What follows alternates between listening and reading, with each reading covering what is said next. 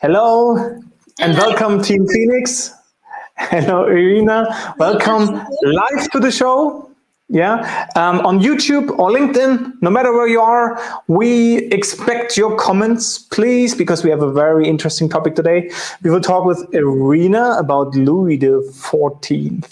Iryna, I ask every guest to give an introduction about themselves, and that's why the stage is yours. Of course. Hello, Patrick, again. Thank you for being here. And well, my name's Iryna.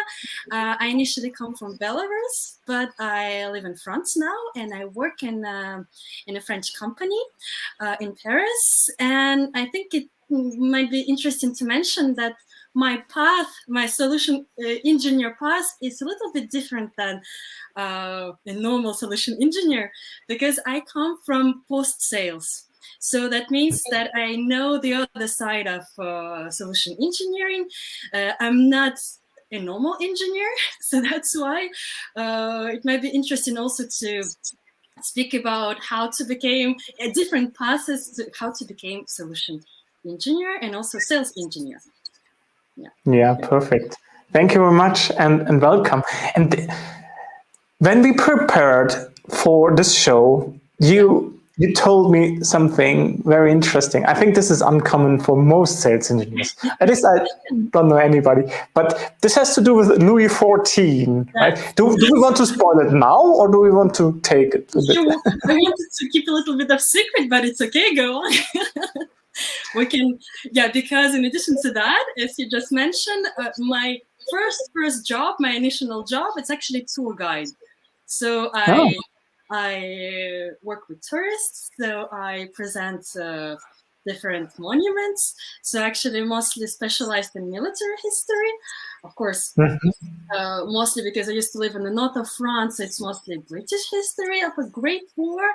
But when I moved to Paris, it was of course Paris and of course Versailles.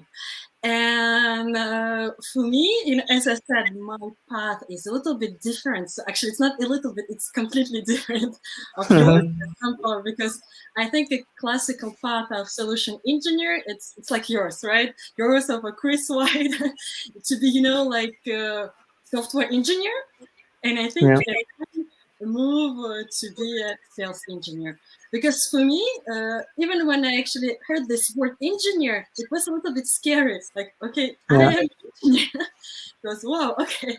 So that's why for me, being a guide and being a solution consultant or sales engineer, it's kind of a little bit the same in one thing, of course. It's a tour guide is presenting monuments. For example, in my case, it was Chateau de Versailles. It was the Palace of Versailles, right? And when you present the tool, it's kind of the same, because the point is of a guide is to make first remember you.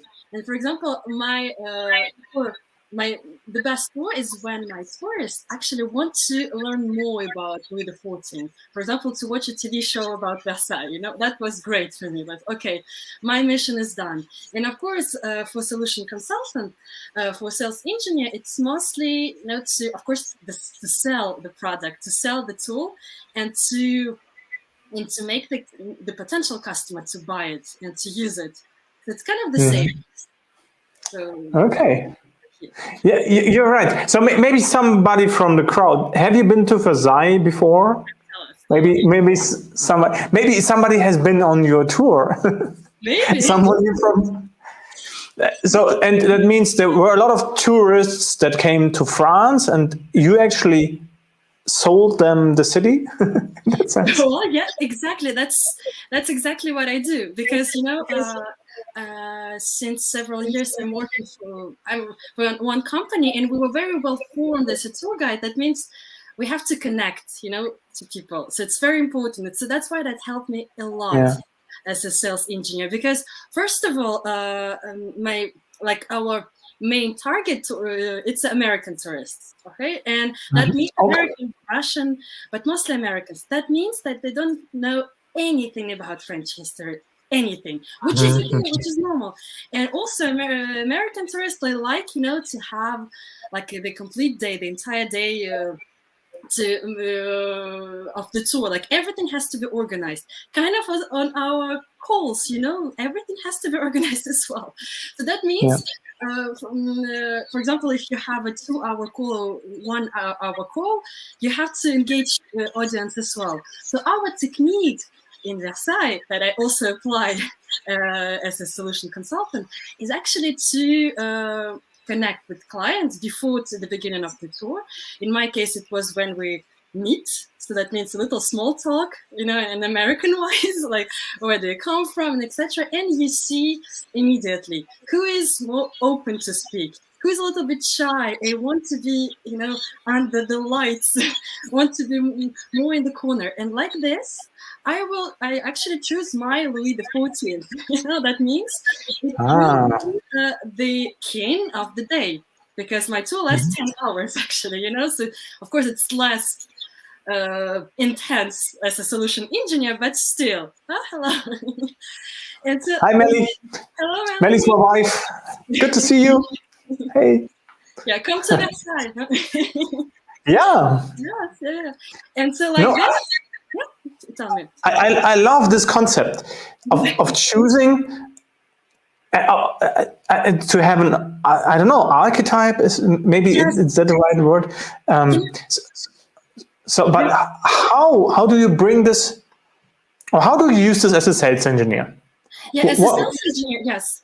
As a sales engineer, of course, it's because, as I mentioned, my point of view may be a little bit, not very engineering wise, and not maybe because, as you also mentioned, maybe male solution engineers, maybe they think a little bit differently. I think my vision is a little bit more literature wise, because I have several literature in history degrees as well. So that's why everything try to find a metaphor. You know? So as a solution engineer, I choose my Louis XIV, but of course I don't tell at my meeting, you will be my Louis XIV. Unfortunately, I can't do that. I would love to, but now now you can. So when your prospects or clients look this, watch this, you can say, hey, okay, you have been my Louis XIV. Exactly. Well, maybe there's somebody on the call saying, I was it. Yes. And of course, you have to decide it during your discovery call. Because of course it's very, very important, the discovery call, because you learn to know the client, and also as I mentioned also before, to actually classify your clients. And why I say Louis XIV, because it will be the key of your presentation, of your demo actually. Because when you are a solution engineer, especially in the beginning, you know, and you're very concentrate on your presentation, and sometimes you're so stressed that you actually don't want to look at your customers. You're so afraid of them, right? And of course, not asking any questions, or if they're asking your questions, you kind of, okay, what should I do? What should I do? So like this, just to calm me a little bit down, and just to to see the familiar face. They say, okay, I will have the Louis XIV, who will save me if there is. But give me a second. Give me a second to understand this. Okay, I'm in this demo situation. Maybe I feel a bit anxious. So I have wet palms, right? So now I have this faces. Maybe is it online? Does it work online too? So I have maybe this the Zoom meeting. So. Or maybe let's make it even a bit difficult. Everybody has their video feeds off. How do you choose? No, let's make it easy first. So there are a lot of people, and how do you choose them? What is the thing you look for? It's if the person is open to communicate. You know, if you don't have the camera on, you're Louis XIV on the discovery call, he will talk with you. You will build something with him. You know, I mean, you will build a kind of relationship with him, and that's why I give you another example on your demo. When you really try really hard to to ask questions, to engage your audience, and especially on online, unfortunately, it's not working all the time. Like, okay, do you have any questions? And you have the silence. Crickets. And now you know that you're Louis XIV. I mean, you don't have to tell, okay, Louis XIV, maybe you can help me. No, you can say, I don't know, John, maybe you have something to add. And as you have already built this relationship on your discovery call, like a little, I mean, that's why relationship and communication for me is key. Just one point. Let me, sorry to interrupt you, but I think, what do you do to have this bond? Now you choose somebody. What's now your plan? Is it then like, high level, some chatting, right? Or is it a deep conversation you try to start? Do you have a list of questions you ask? Or no, not at all. But how do you do that? Just, I mean, of course, you can have several Louis XIVs in the room. That will be great. But, you know, like a trust person. So that means someone who really understands you too. Unfortunately, it's not always possible to get one. Of course not. But I mean, you know, if you have if it's just one-to-one meeting, of course, you don't really need it. It will be your Louis XIV in any case. But it just, if you have, I don't know, 10 or even 20 people that you, and sometimes some new attenders to the meeting that you really don't have any idea of their roles or anything, you can ask your Louis XIV, you know, to interact. And if you tell his name, and if he is actually on the if you ask him, actually he won't be able to say, okay, I don't know, I don't answer, or just to be on mute. Of course not. He will have to help, you know, to respond. Yeah. Great. There's a question from Sam. Oh, let me get this in. Hi, Sam. Great that you're here. So what do you think about opening up the conversation by asking the prospect to tell you what they are most interested in seeing? This way you can hit what they would like to see, because we are not mind readers. Oh, yeah. Very good question. Yes. Yeah, so thank you. So if I can start with the answer, what I have in my mind, of course, I think it's the best way to act, you know, to really to understand and to ask directly what are they interested in. And so that's why also, as I mentioned, it's very important to understand and to classify the clients. For example, we have a French method which is called SONCAS, which just means that we can classify clients for 6 categories. So it works, of course, in sales engineering, but it also works for salespeople, actually for anyone. But for us, it's more, I think for sales engineers, it's more clear for us, because it's really, we can really classify it. So first, classification. So if you don't mind, I can just show you a little. Yeah, you can bring it up. Oh. You can bring it up. Just share it with us. Yes. Yeah. And I would love to understand one more thing, because I struggle with that. If there's a bunch of people, I never know what to say or to ask. It's like, it's my mind is blank. Like, okay, I don't know everybody, or somebody, anybody, and I see them the first time, and they all look serious, right? Because it's a call. So maybe for later you can share some hints or tricks. Let me bring this up here. Yes. Can you see now? Yes, it's perfect. In the stream now.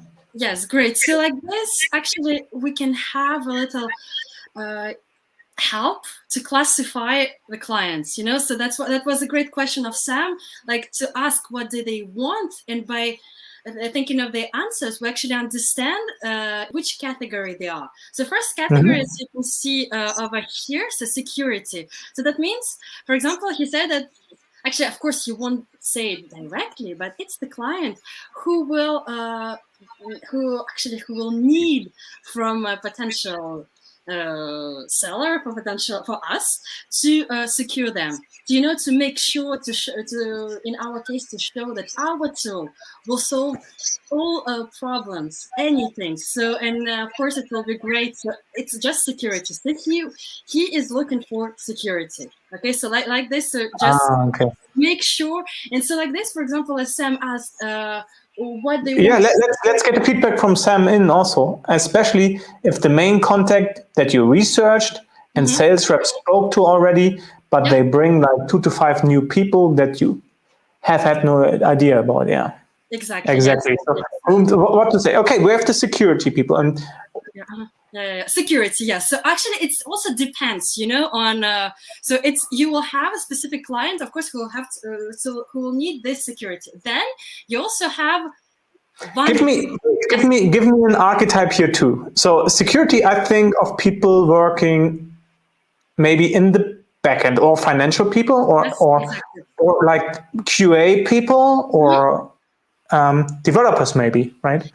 Well, actually, it's now what I'm talking about. It's mostly about your personal, also, and of course, for example, if your management, they ask you to, it might be anything. It might be even communication, even marketing, anything. Yeah. They really want to have all their problems solved. Like, for example, your manager says, I really have need all negative mentions about this product, and I need any tool, and I need just this. And of course, this person, he will be afraid of his manager, and he will make anything if possible to choose the tool who will secure him this idea. He will prove that this point will be solved. So just, so your argument will be just to secure him, just to say, and of course, and to show that also this will solve this. It's very precise, very, very, very unique. Of course, you can tell me that we actually need all these 6. Of course, that's true. But sometimes some clients, we can actually, it's one classification, one categories, you can feel it. And so like this, for example, if you speak about comfort, so the opposite of security, they actually, they don't need to be, they don't need any argument to make them feel secure. They don't need it. They just need some comfort. That means less things to do, less emails to send, and etc. So like this, so we just have to show how easy it is. So you see the difference. Security is to show how, it's to make sure and to really stress this point that we can solve your problems. So our tool will solve your problems. With our tool, you don't have to do anything. Okay, so you see the argument is the same. Yeah. It's pretty close. Okay, but the one is like laziness. Well, kind of. But sometimes laziness, or also the lack of time. Lack of time. For example, comfort, it might be also management. Like a very high management, that they say we really have or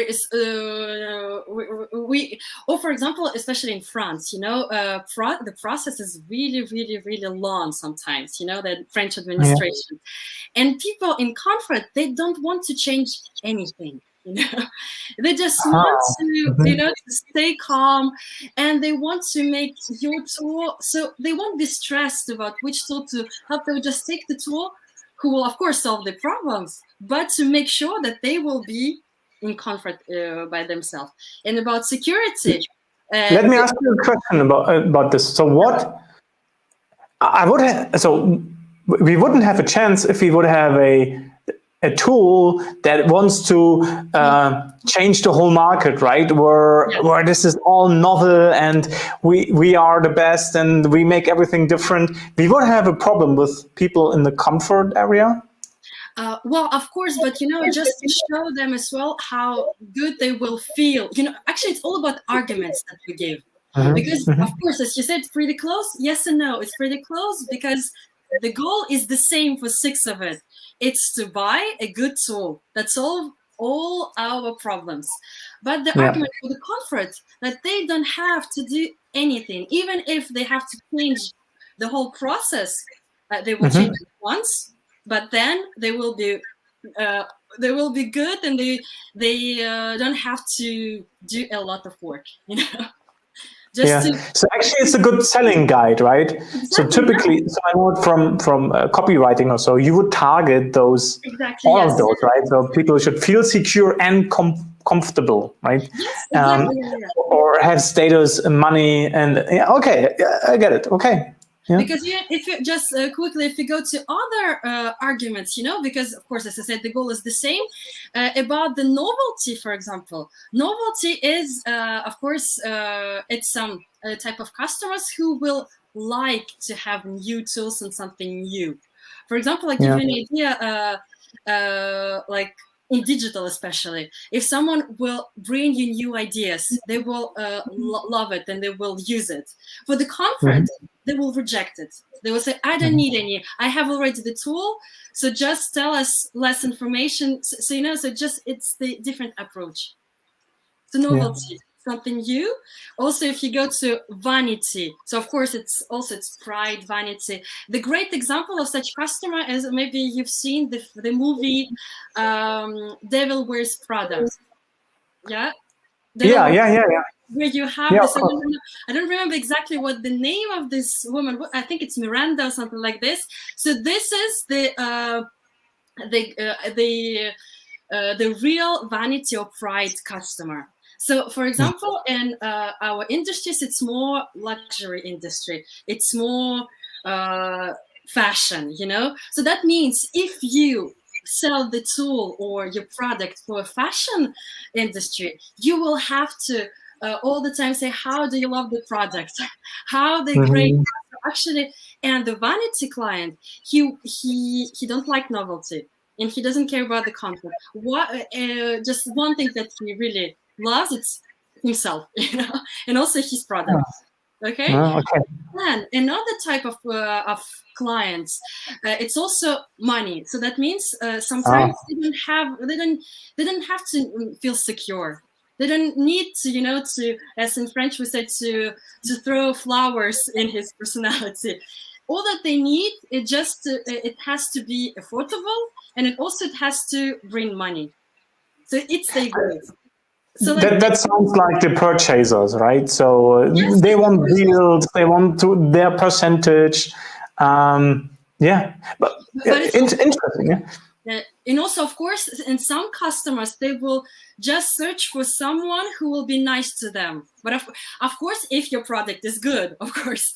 But this sixth classification we will use just to help to sell, just to help and just to adapt your pitch as a sales, and of course, sales engineer as well. So that's all it'll help. Over here. Hey, Stephen, thanks for the greeting. Great content, he says. Thank you very much. Thank you. Great you enjoyed.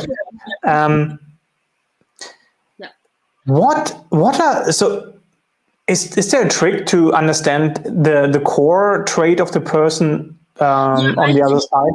So have they common sentences that they say, or common behavior or traits? I would say, as I said, for me, it's the key. It's really the key to understand. First of all, personality, to connect. And also, when I discovered that some months ago, it was a real discovery for me. And I understood a lot of things when I was post sales, and now, of course, on pre-sales. For me, I give you an example. I used to have a vanity client. Okay. And so it's Miranda from Devil Wears Prada. So can you imagine, yeah? And I, as a young sales engineer and also as a young consultant, I was really trying to explain her how the tool is working, to explain all these queries, to make my role of solution and sales engineer, to play my role. But I easily understood it years later, but I saw that she really doesn't care, and not because I'm a new and solution consultant. No, just because she's a vanity client, and all that she wants, and just to see the results. So can you imagine how much time and energy we can save if we see? And of course, for me, this discovery. We will discover it on a discovery call, so you will see, for example, and of course also that's why it's very important to read about the company that you apply into, right? And also try to know the rules, the position of the companies. If it's the very, very high management, they really don't care about all these queries. Even if you code, like, you know, even if you show some Python, I don't know, they really don't care. All that they want to show us, the example of, for example, in my case, because I sell services, you know, so also reports, you know, show us and just show us what results do we need, actually, what results we will have. And also, again, with the so she doesn't really need any sympathy, any she has they have Okay. they, of course, the minimum ever that you needed, but the key point that I really had to you know, to tell more how great the product is, and also just to show the results, and not go inside of all this for her unuseful, you know, details. And for example, novelty, they will love to see how does it work, you know, because it's something new. So let's show us.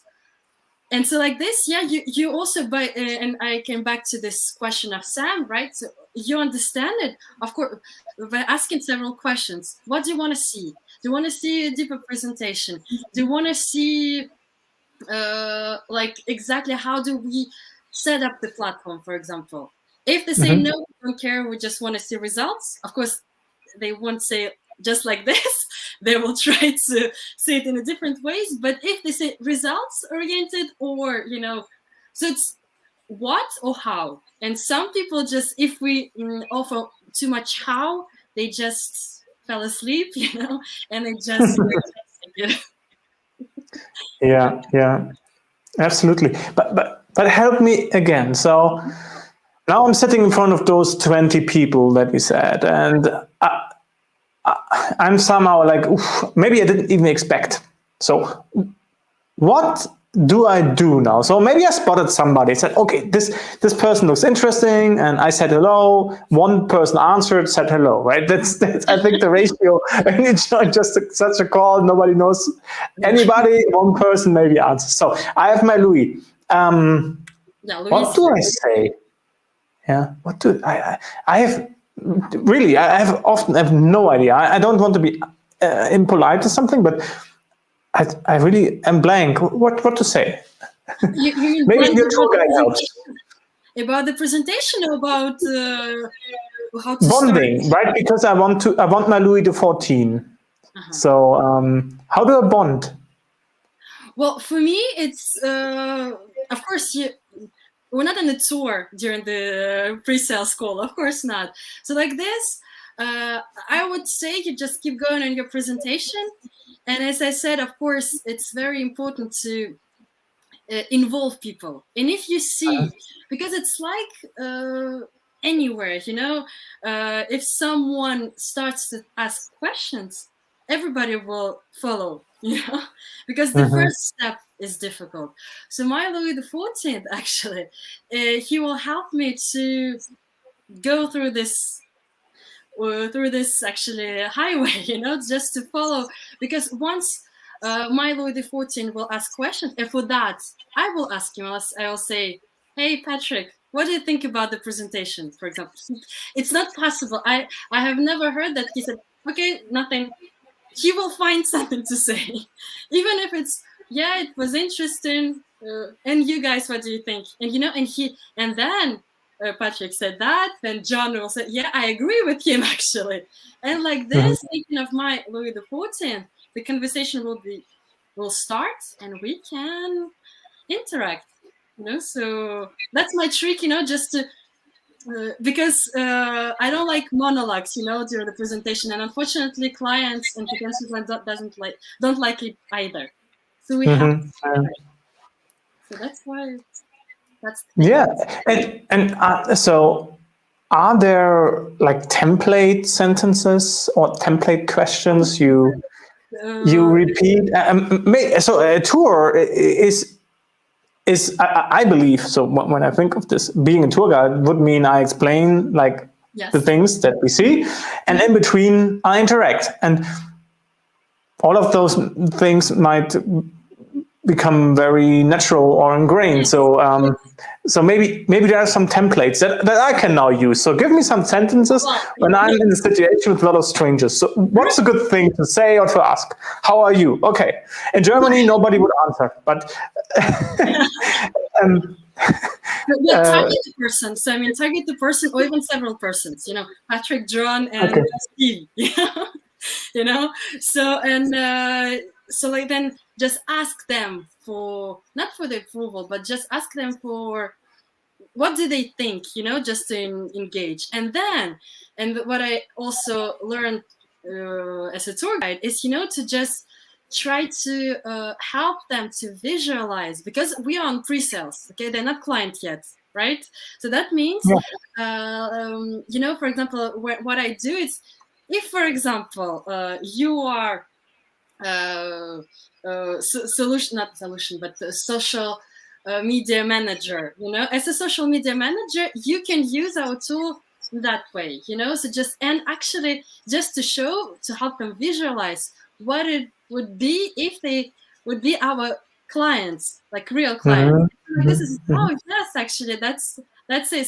So like this, when you prepare your demo, when you prepare your demonstration, it's really try to help them to get involved.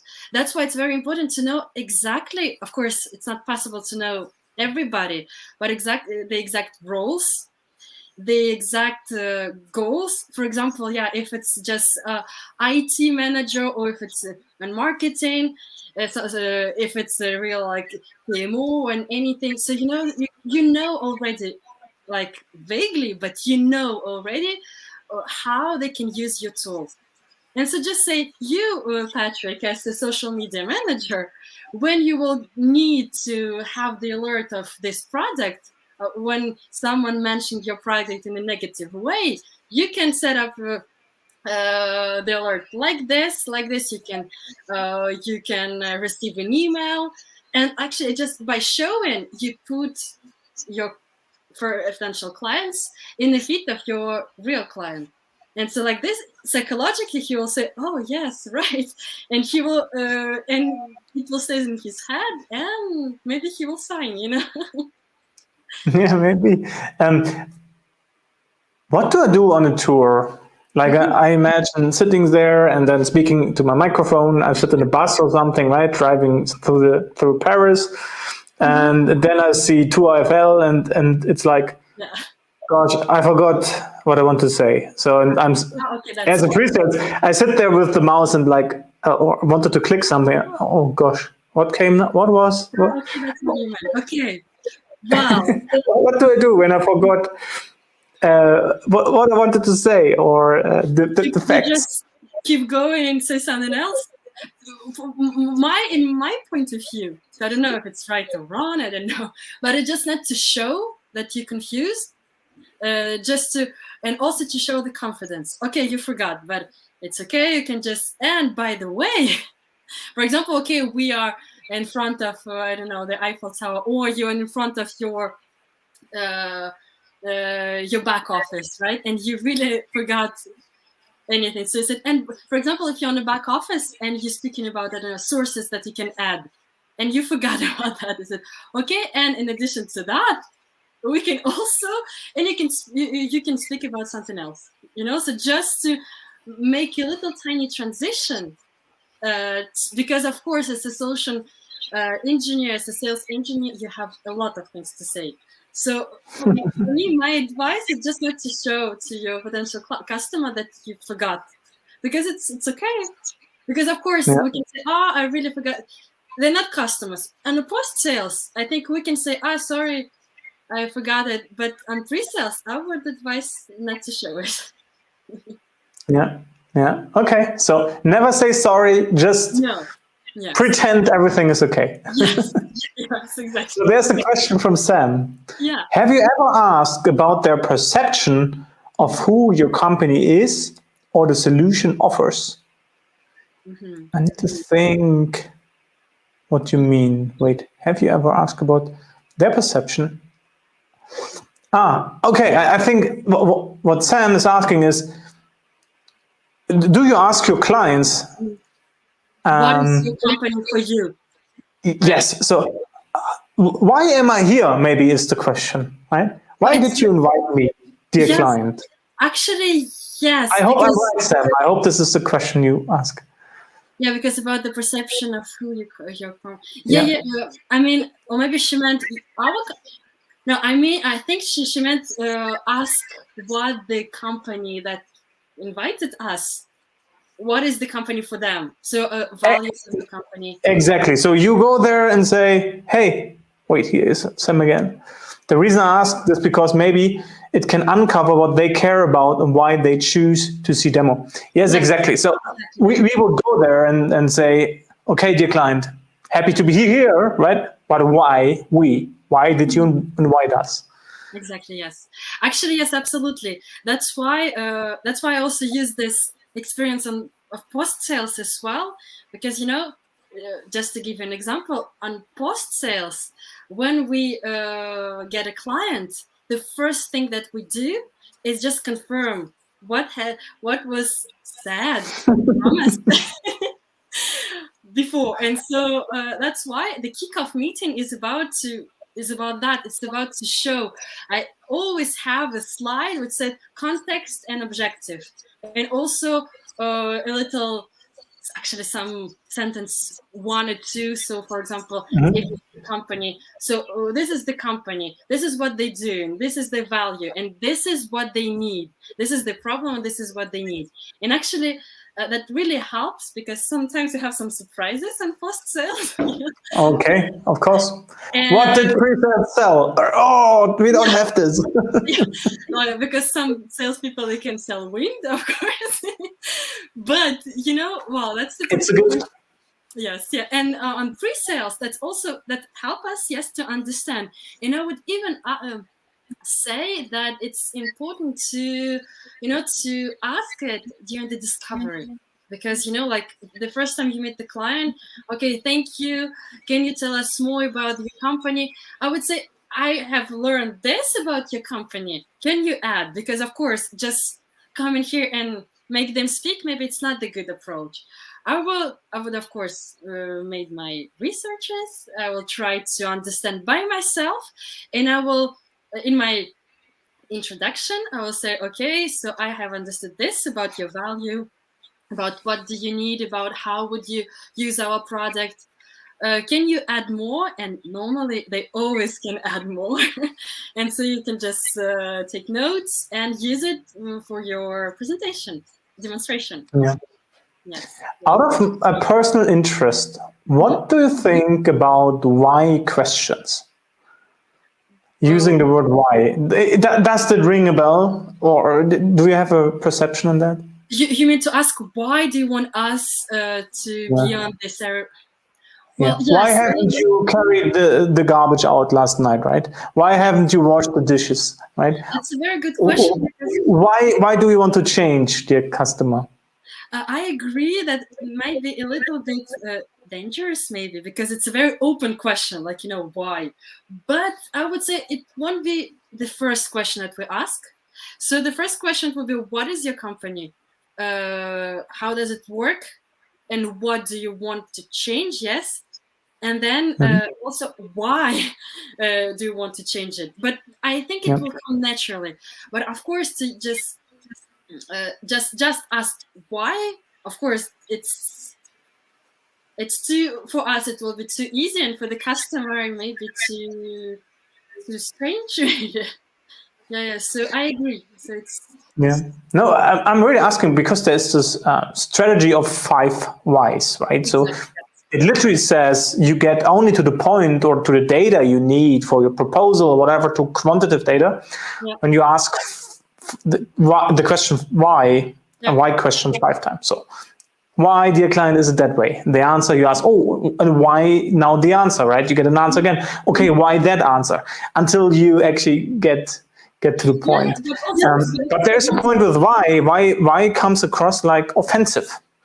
Yes, right? Because if I ask you, hey, why didn't you bring out the garbage last night? It feels like, oh God, I'm under fire now, right? Exactly. It's a little bit direct, and that's why, if I can refer to a little bit of your previous stream about the culture, because why in some cultures that might be very offensive. Even I think in France, it might. I think in Germany, in Russia, it might be. It's okay. So that's why it's also very important to understand what type of questions you can actually ask, because as I said, sometimes a compliment for a Russian, might be perceived as an insult for a French person. So that's why. And I don't. Do you have an example? That's interesting. Give me an example. Okay, well, also, okay, that's interesting. Okay, or also, because, for example, in Russia, because that's why Russia in Belarus in Eastern Europe, when we ask, for example, how are you, right? We really mean how are you, right? So that's why, professionally speaking, it's very dangerous to ask Russian people or Eastern European people, how are you? And, because if you do, we will tell you everything. No, it's not good. Everything is bad. My husband just left me. I have 3 children. And a German person, right, or especially an American, he'll say, okay, great. And a French person. No, German person would rent. No, either not answer. Okay. This is my so. Why do you ask, right? Exactly. Why Yes. do you care? Yeah, Or yeah. No, don't ask. Don't ask. Right? It's so bad. Don't ask. Exactly. Yes, and and when, for example, and that's why, for example, me as an Eastern European person, when I ask sometimes it's okay. I'm not supposed to ask, for example, that personal questions, on clients or even in friendship, So that's why it can be perceived by a French or German as well. So why do I ask? And how is about your family? And for example, you said everything is fine. Yes, but I've heard your daughter was I don't know. And for us, it's nice, And for you, it's rude because I break your barriers, So that's why it's very.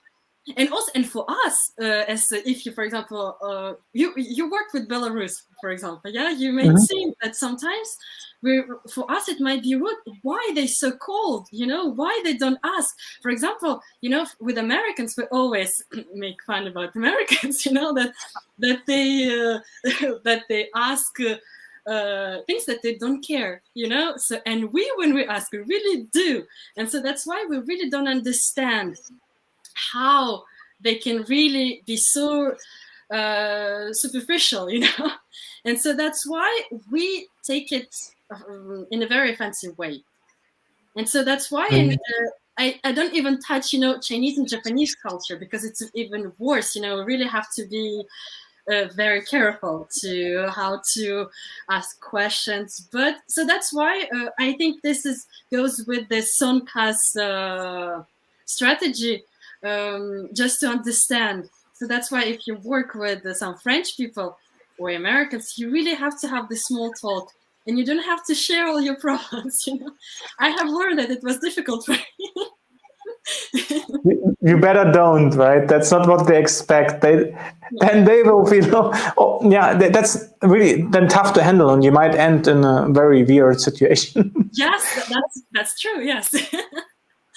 And what if we're sitting in this tour bus again, right? And I'm presenting now. I don't know what do I present. Arc de Triomphe. I don't know. Yeah, and I say something, and somebody in the back says, "Hey, Patrick, you suck." It happened in discovery calls to me. So not that direct, but it meant the same thing, right? When does the real expert come in that sense? It's years ago, but I didn't know how to handle the situation. Yeah, that's scary. What do I do? I would say, well, in me personally, because I used to have that experience, as a tour guide, and especially when it was also with teenagers, especially, they're very mean, when you're trying to. I just tried to. I really tried to turn everything into a joke. Okay, you say, for example, okay, you're really bad. I said, well, yes, but you haven't seen the rest yet. Or thank you, I knew it, but I couldn't say it loud. So thank you to mention it. And that will, that will break the ice, because I don't think the person who said that, of course, maybe he really think it, but he will laugh and he will say, okay, he's really bad and he's not funny. but you can try and then try to justify your actions. Okay, maybe the type the the techniques, or also the way how you present, because now we're mostly speaking about the presentation. Or this person, he said, oh, your tool looks really bad, actually. Like he said, well, but we can try to justify it, make a joke and then justify so they are wrong, and just to prove the opposite. But let's stay with this, because my situation was different. I'm interested in how you would handle this. There was one person, right, and we were selling integration software, and he was very expert in the whole domain of integration and the tooling he was looking for. And he had very deep questions, but we were in the discovery call. We didn't know, right? So, and it was into medical stuff, so really deep on things like that. And I was asking all those questions, right? And he was like, no, now answer me, right? Answer me the thing I want to know. Give me a second. And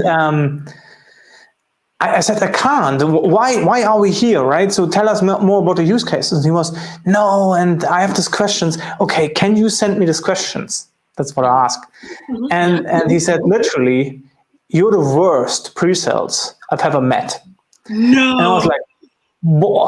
And that was real. Even the AE was like, okay. The AE never was silent, never, right? In this situation, the AE was silent. And I was like, my thought was like, is he serious, right? How can a person like be that rude to somebody they don't know? For me, a completely foreign concept, right? I agree. How would you have handled the situation? So what would you do as a tour guide? There's no Louis, right? Or is he Louis? I don't know. Okay, but you're the worst tour guide I have ever met. Yes, it's really... This situation can happen to anybody of us, because we're in sales, right? We're in sales. There are those people out there. They had a bad day, whatever. I don't want to blame anybody, right? That's not the point. They had a bad day, something bad happened. I don't know. Yeah. And it's okay for me, right? The thing is to handle this in this situation, I think, is really important. I would say not to speak to this person, because he's angry and he's mad. We don't know why. As you're absolutely right. Maybe he had a bad day. I'm sure it's not about you. And I would say not to take it personally, first of all. And also, in the moment, try to get some help from your AE or from other, if you're a tour guide, from the other audience. Just do you there think was nobody else. Okay, nobody else. Okay, and AE, no AE. Yeah, one AE was there, but it was even for him too much. Well, we can maybe say, I apologize that you think that. I hope that they will prove you wrong. Like that you're wrong. I will prove you the opposite. So like this, we can reschedule another call, and just I will show you and I will answer all your questions later or by email. So try to suggest. I would say not to show that you're a little bit lost by his rudeness, because it will be. For him it will be okay, I won, because maybe it's his game, just to destroy people like this. And after the call, I would say it's also just to, personally, not to take it for you, and that's why also that I've learned recently that helped me a lot.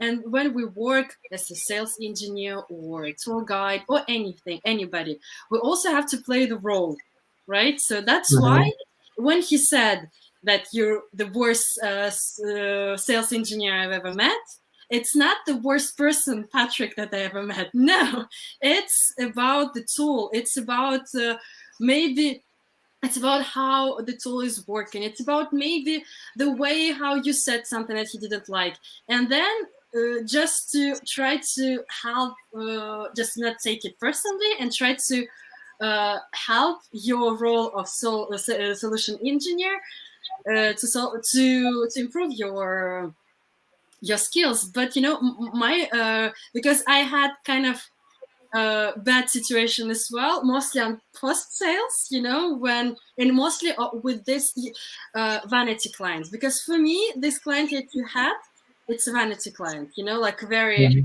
like pride, I am the best, I'm the expert, and you're nothing, so just show them the how great the company is, and just to show how. So I'm really happy that you that you are here, that I'm really happy already that you invited me, and try to all the time to show their value, so just so that's why I think it's very important to classify it, just to try to understand. Yeah. There's a big point on like not getting emotional yourself, yes, and helping the other person like getting a new start, but because maybe it was just something they really didn't want, but something in their life happened, right? So you never know at this point. But there's something interesting about your knowledge too. So you said you are also military history expert, right? Yeah. So are there parallels like with the military? Like we all know Sun Tzu, for example, right? And yes, some managers use his tactics for business. Yeah. Is there something you use in a pre-sales realm that makes sense in that situation? I would say, as I said, that I like to use metaphors, like with the 14, like battlefield. So I would say that any meeting with the client, it's a battlefield, right? Because you have to fight to actually to sell your product and to convince your potential customer. And I would say that's why because I'm a Great War specialist, so I like I have a visitor. Oh, hello. He wants to leave the room. 1 second. Of course, yeah. I'm still here.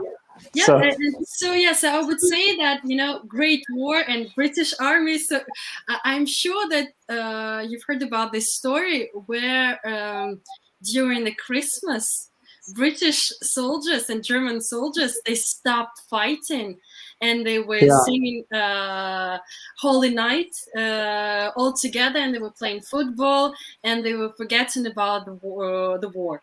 And so for me, that is the point. That is the point that I have to get with the client.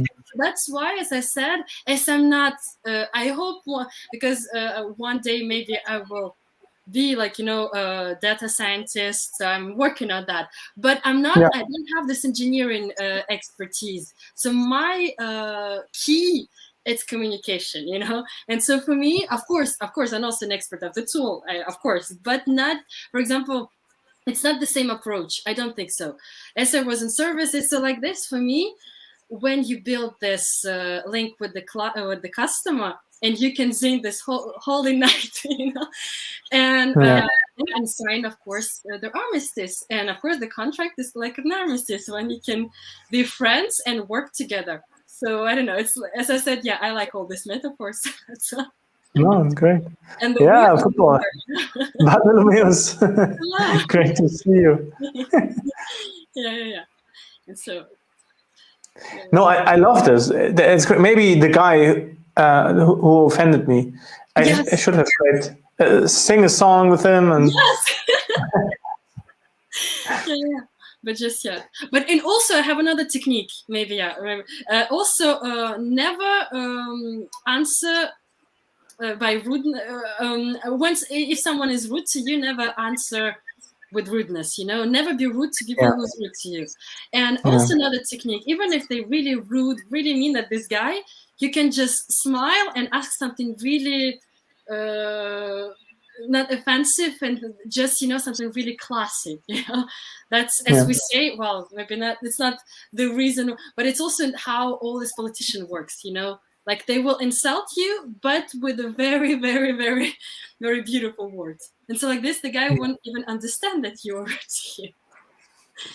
Yeah, my wife says something like this to me sometimes. It's like when somebody is rude or bad to you, right? It's telling about them, right? It's you're somehow the mirror for them, right? So it's just about them and not about you, right? You're just the target, but it's actually about them, and that's great to understand, because then it can actually deflect, right? You can say, okay, and there is that's you, right? I don't take your gift. I don't want it. And also, I have a great book to suggest everyone. There is a great, perfect book that actually changed my life in that kind of situation. That is called the Reality Transurfing of Vadim Zelner. So it's actually so the technique is how do you perceive the reality? So if the client or anyone is rude to you, and if you care, if you start to care, so you will have very bad things will happen to you because of that. Actually, you will, you know, attract all bad, all rudeness, anything happen to you because of the way you care. So like this, of course, I don't say don't care about anything. No, it's not that. But just don't take it personally, and don't care about rude people. Yeah. I also think that's true. It's like the self-fulfilling prophecy, right? If you go into this thing, then it will happen, right? So today is a bad day. It feels so bad, right? Something bad will happen, definitely, because you perceive it that way. Yeah? I believe in that. So let me ask you, we have only three more minutes. Yep. Let me ask you a question that I would love to ask. Actually, I have two more. So this is the first. Yes. So in your sales engineering life, or generally, what's a failure that made you more successful in the long run? So what happened maybe that was really bad, but you came out stronger? So yes, well, actually I have even several examples, so I'll try to make it quick. First of all, when I actually, because I really wanted to work in the Louvre in Paris, and I wasn't accepted. Okay, and it was like a disaster for me, like the end of the world, and I had a major degree in history, so I really wanted to work in that. And because of this failure, I went back to school, and I get my digital marketing and my international trade degree. And thinking of that, actually, I became a sales engineer. That's why. And if I would accept it to the Louvre, with the lockdown, with all these problems, that was really difficult for my colleagues, for example, as a guide. So that's why, actually, thinking of this failure, I actually now have a real job, serious job, if I can say so. And also another one in this area, it's when I was in post-sales, some bad experience, just as I said, with this vanity clients, almost like your bad guy. I really then enjoyed, actually, I tried to think about something else, and then I just started to be sales engineer, and I really loved that. And this failure as a post sales actually showed me another way. And I think, I found myself thinking of this kind of failures. Yeah. Nice examples. I like the Louvre one a lot. It's amazing, right? Because the world can change. Whatever happens might have a purpose. So last but not least, give us, that's the last one, give us 2 tips or hacks about anything. Yes. Well, first of all, it's stop overthinking. It's very general, but it's very overthinking. You just do it, And actually, also, I give an example. I always wanted to write a book, so that's why I really enjoyed your last stream. And and you said, if you really want to, and I was like, yes, I really want to do that. But what have I done for this? nothing. Sometimes when I have the inspiration, I write, or maybe once a week, maybe once a month, and then actually about anything. So I would say structure. So just stop overthinking and imagine what it would be, but just do it, even if it's bad. So, and you gave me really great advice. So just try to write every day, so every day, and actually. Well, for the week, I use it right now, so it's working pretty well. But we'll see.